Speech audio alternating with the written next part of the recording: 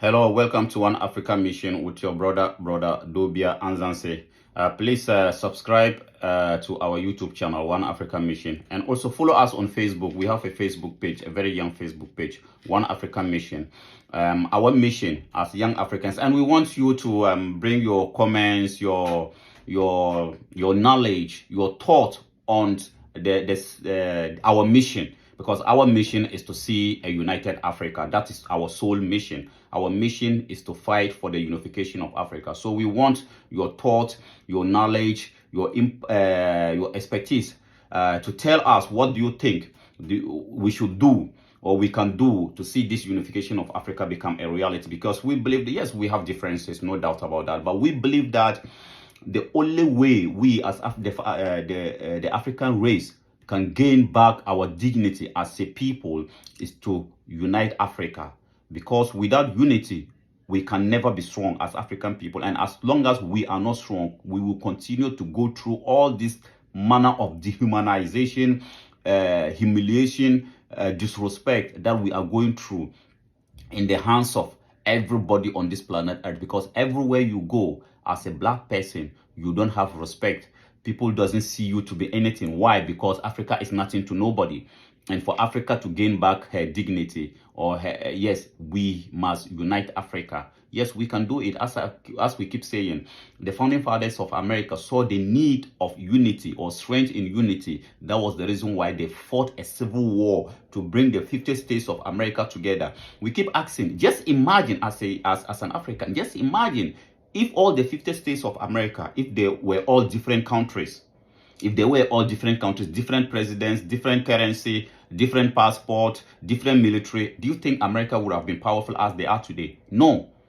But because they saw the need, the strength in unity, that was the reason why they had to fight a brutal civil war to bring all these states or countries together to make a United States of America. And today, that country is so powerful that it can bully and point their fingers and dictate for people how to govern themselves, even if it doesn't go on their own interest. As long as it is in the interest of America, they will bully you to do that.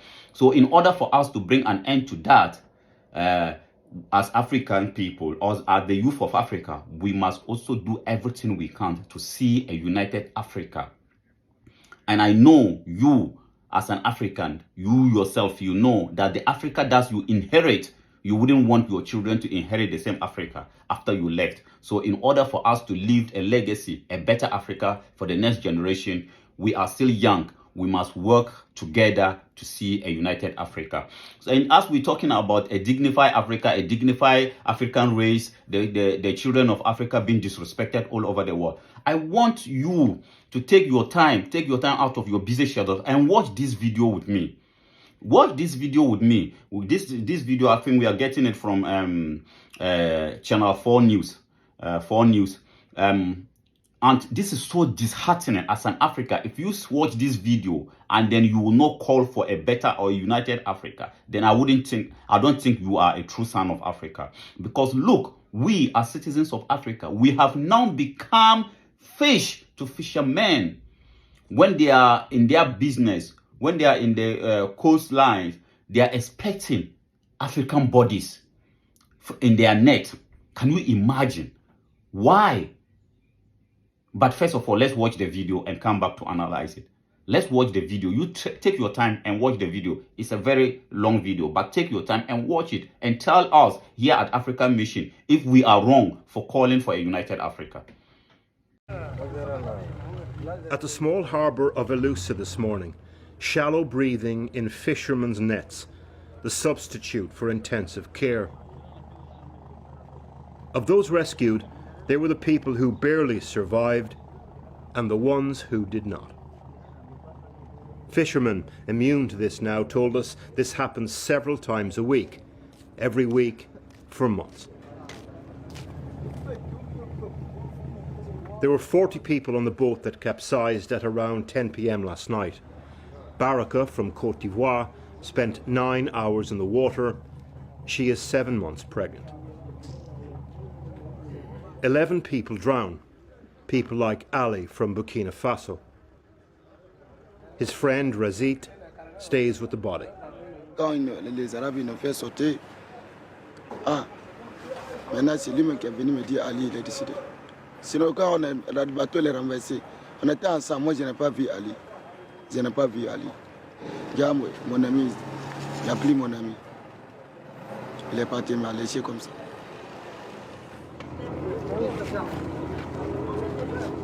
They were rescued about an hour before we arrived.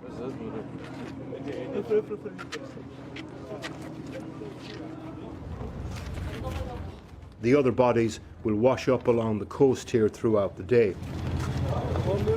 The big tragedies, like the one off the coast of Greece last week, are global headlines. This one is unlikely to make the local news. Over the last few months, we've been recording the refugee crisis Mark II off the coast of Tunisia. This boat, for example, trying in vain to outrun the Coast Guard.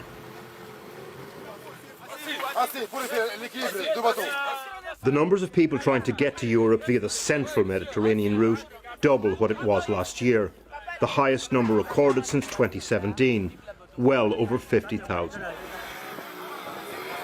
The men of the Tunisian Coast Guard and National Guard are now the ones tasked with the impossible, trying to turn back continental migratory flows transiting through the country. This is Musa from Nigeria, pleading to be let. Yes, so as you can see, look at the video. Is it not so disheartening to see African people going through all this? Why? What is happening? And as we keep saying, you see, God created man and man created his reality. God created man and man created his reality. So if you sit down and allow another man, that man will create your reality for you. And that is the reality Africa is living today. People went to Berlin and sit down in Berlin and create the reality for Africa, this reality that we are going through today. People sit and went to Berlin and created this, divided Africa to make Africa weak. And up till today, we are still suffering from the decision that they took in Berlin in the late 18th centuries. And for us as African people, for us to bring an end to this dehumanization that our people are going through all over the world, then we must fight for a united Africa. These are young Africans who should be in Africa, helping to build a better Africa. And yet they are dying day in and day out in the Mediterranean Sea. They are dying day in and day out. It's so disheartening. If you go back and do a little bit of research from 2016 till today, if you want to go back a little bit, you cannot. You will not want to see the numbers of people dying in the Mediterranean Sea. Who created that reality for them? Somebody, another human being sit somewhere and created that reality for them. So as I said, God created man and man created his own reality. It is about time we, the youth of Africa, stand up and create our own reality. And that is a better reality for the children of Africa. We cannot fault ourselves for the Africa that we inherited. But we will blame ourselves if we leave this world and Africa is still in this condition that she is. The only way we can bring an end, or we can bring a change, a better condition for the children of Africa so that they will not be dying in the Mediterranean Sea, is for us, the Bantu Africans, to stand up and fight for a united Africa. If Africa is united, one military, one currency, one passport, our children will not be dying in the Mediterranean Sea as they are dying today. The European child wake up with his passport. He's traveling all over the world. The African child want to travel. He has to go through the Mediterranean Sea. And out of 100 people, 10 people will survive. The rest of them, the sea will take them. Look at the numbers. It's so mind-boggling. From 2016 to 2022. In 2016, 5,136 people, bodies, perish in the Mediterranean Sea in 2016. In 2017, 3,139 bodies perish in the Mediterranean Sea. In 2018, 2,337 bodies perish. If you watch till 2022, in 2000, just last year, 2,367 bodies. This is the figure that they are telling us, but there are other bodies that they wouldn't see. These are mostly children of Africa. How can a continent with the most resources on this planet Earth, children will be going through like this. Why? Look at what is happening as we speak today in Tunisia. Look at, like, why do we end up? How do we allow ourselves, or how do we allow another man to create a reality that turns us to be absolutely nothing on this planet Earth? We become like a burden to the rest of the world. Look at what they are saying. Europe giving billions or millions of dollars to Tunisia to push back these so-called immigrants. Europe is doing that. So Europe has created this reality for us in Berlin, and today they are giving an African country money to push us back. African youth, I'm calling on you. We are calling on you. There are a number of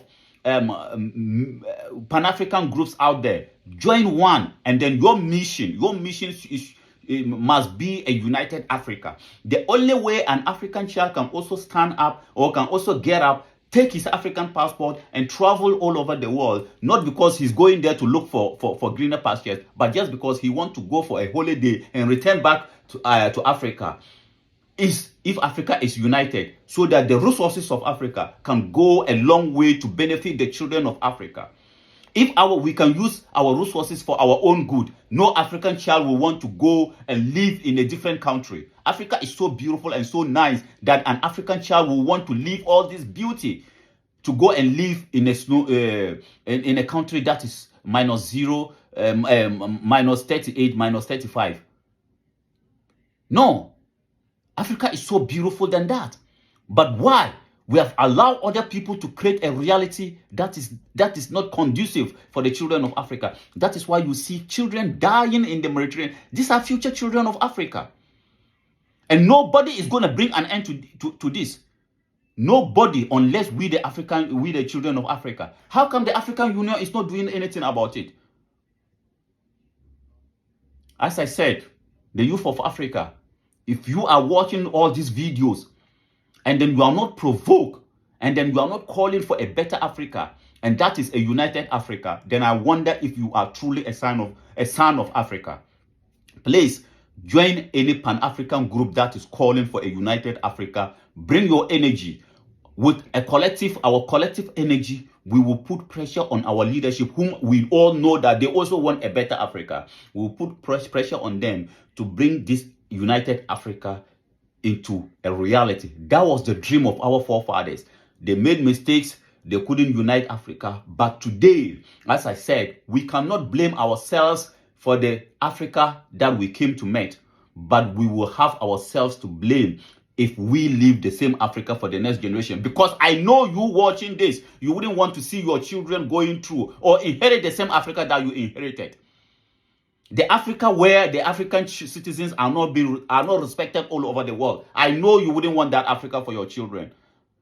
So in order for you to live a better Africa for your children, you must fight for a united Africa. One military, one government, one passport, and together we as African people, I can guarantee you within 1 decade, Africa will become the most powerful, prosperous nation on this planet Earth. We have everything it takes to be the most powerful and prosperous nation on this planet Earth. We have the resources. We have the manpower.